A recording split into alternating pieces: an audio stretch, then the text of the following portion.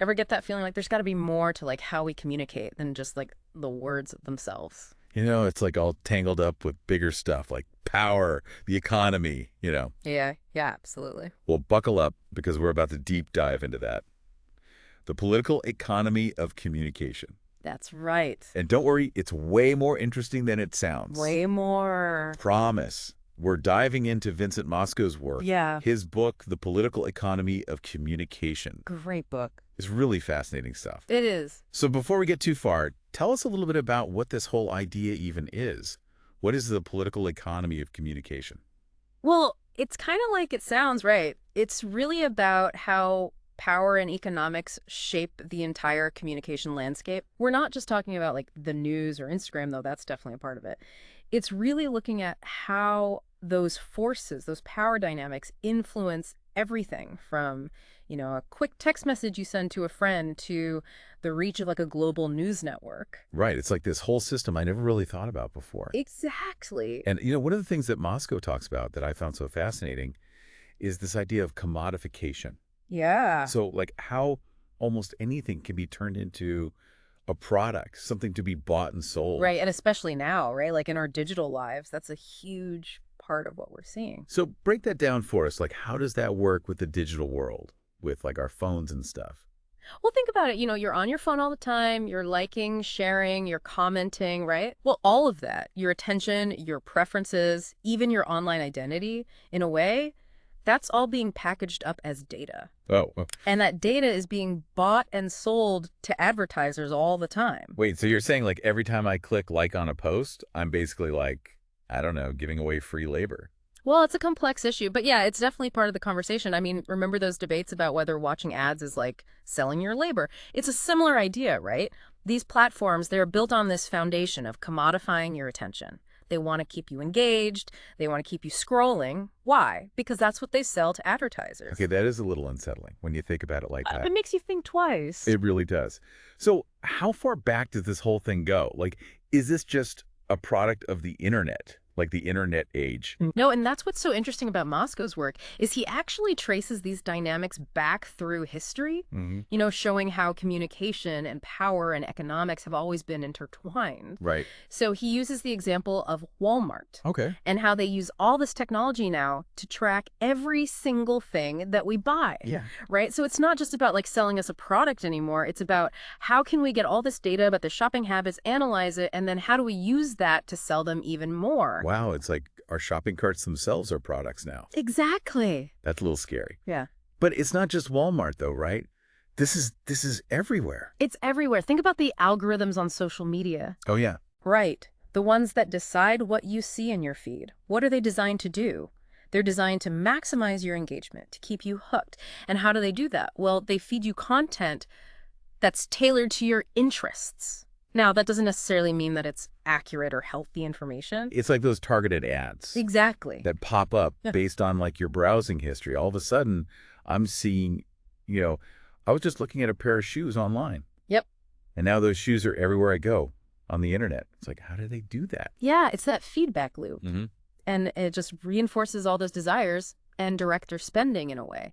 And this is all made possible because communication technology has broken down these traditional barriers of space and time. Right, which kind of leads into Moscow's idea of spatialization. Exactly. So tell me more about that. Right. Well, think about it.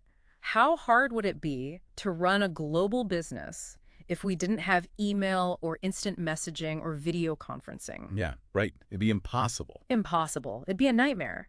Spatialization is all about how communication technology shrinks those distances and connects us across continents in ways that just a few decades ago we couldn't even imagine. So you're saying like the world is literally getting smaller. In a way, yeah. But it's not just about like the physical distance, it's really about how we experience those distances. Okay. Think about how easy it is now to collaborate with somebody on the other side of the world, to share ideas, to build relationships, all thanks to communication technology. That's true. I mean, even just thinking about, I work for a company. We've started working with, freelancers overseas. Yeah. And it's amazing. It's like the world just got a whole lot smaller. Right. But how does this tie back into those power dynamics that we were talking about earlier? Yeah, because it's like We can outsource work, we can access information, I can order takeout from across the globe. With a couple taps on my phone. It's amazing. It is pretty amazing. But it also makes me wonder, like, who really benefits from this whole interconnected world? You know? That's the big question, isn't it? Because while it opens up all these amazing opportunities to connect and collaborate, it also kind of creates these new avenues for exploitation and inequality, Right. which is kind of the flip side of all this, Okay, right? yeah. So, like, give me an example. How does that actually, like, how does it actually play out in the real world? Well, think about those companies, right? We see this all the time. Companies outsourcing jobs to countries where the labor costs are cheaper. Right. That's a direct result of this, of spatialization. Communication technology makes it possible to manage those workforces, build those supply chains. Move that information across borders so quickly. So that clothing brand I was talking about, Yeah. that moved production overseas, Yep. that's part of this bigger picture of spatialization. 100%. Yeah. And it's not just about labor, right?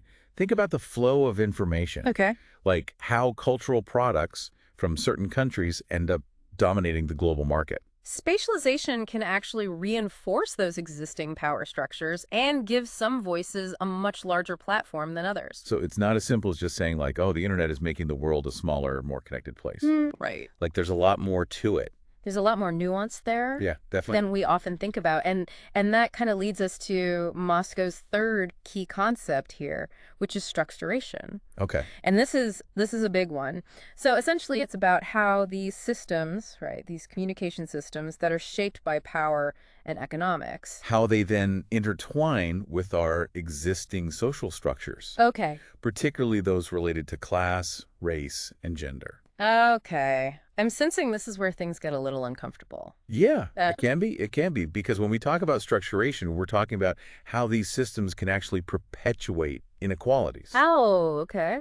So we have to think about, like, who actually has access to the internet? Right. Who gets to create the content that we see? Yeah. Whose voices are amplified? Whose are silenced? And how do those things all relate back to these larger systems? So, like, for example, if somebody grows up in a community where they don't have great internet access, Right.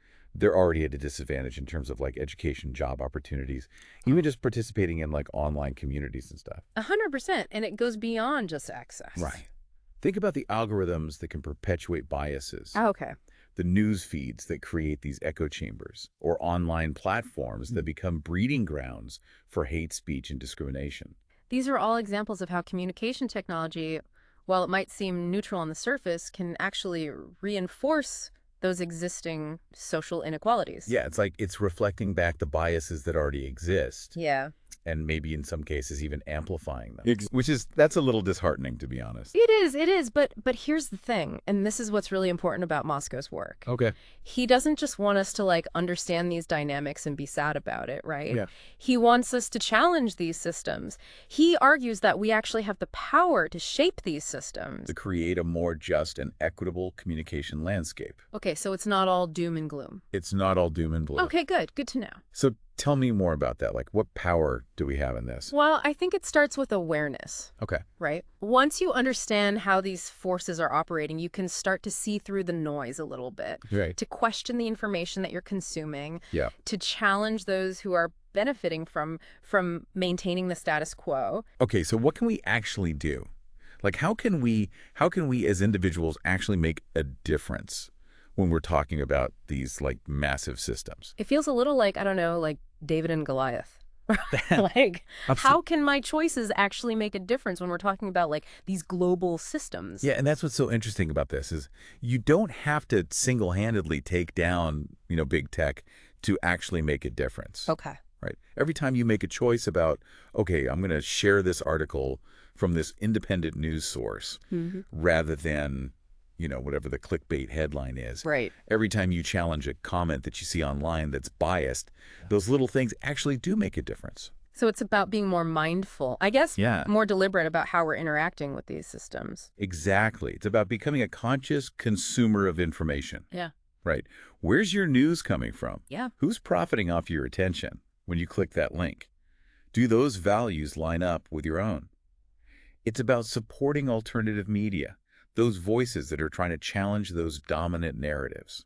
So that means like Subscribing to independent podcasts, donating to like crowdfunding campaigns for investigative journalism, All of that. stuff like that. Those little actions, they may seem small, but they really do add up. Because remember, these systems, they're built on our participation. Right. So when we start changing our habits, when we start demanding something better, that's when those in power have to start listening, right? Yeah, it's like we're voting with our clicks in our wallets, essentially. Sorry. Like we have more power than we realize as consumers, as citizens. And you know what else is really powerful? Conversation. Uh-huh. Talking to your friends and family about these things. Right. Sharing what you're learning, challenging assumptions, having those debates.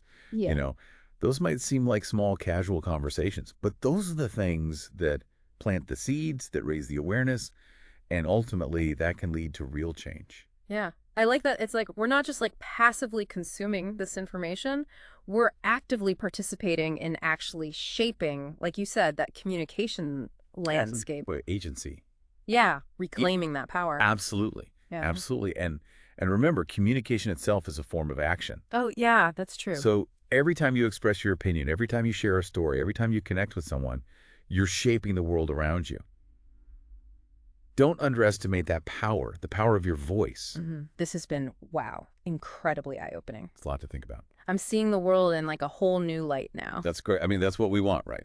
So for our listeners who are, just starting to think about this whole world of political economy, of communication, Yeah. what's like the one thing, like the one takeaway you want them to remember from this whole deep dive? I think it's just that next time you pick up your phone or open your laptop or turn on the TV, just take a second to think about the systems that are at play behind the scenes. Yeah. Who's controlling that message you're seeing? Who's profiting from your attention? How can you use your power to create a more just and equitable communication landscape? And the answers might surprise you. That's a powerful, powerful call to action. Thank you so much for taking us on this deep dive. It has given us a lot to think about. My pleasure. Always happy to be here. And remember, knowledge is power, but only if we actually use it right. So true. And on that note, we'll catch you all next time on the deep dive.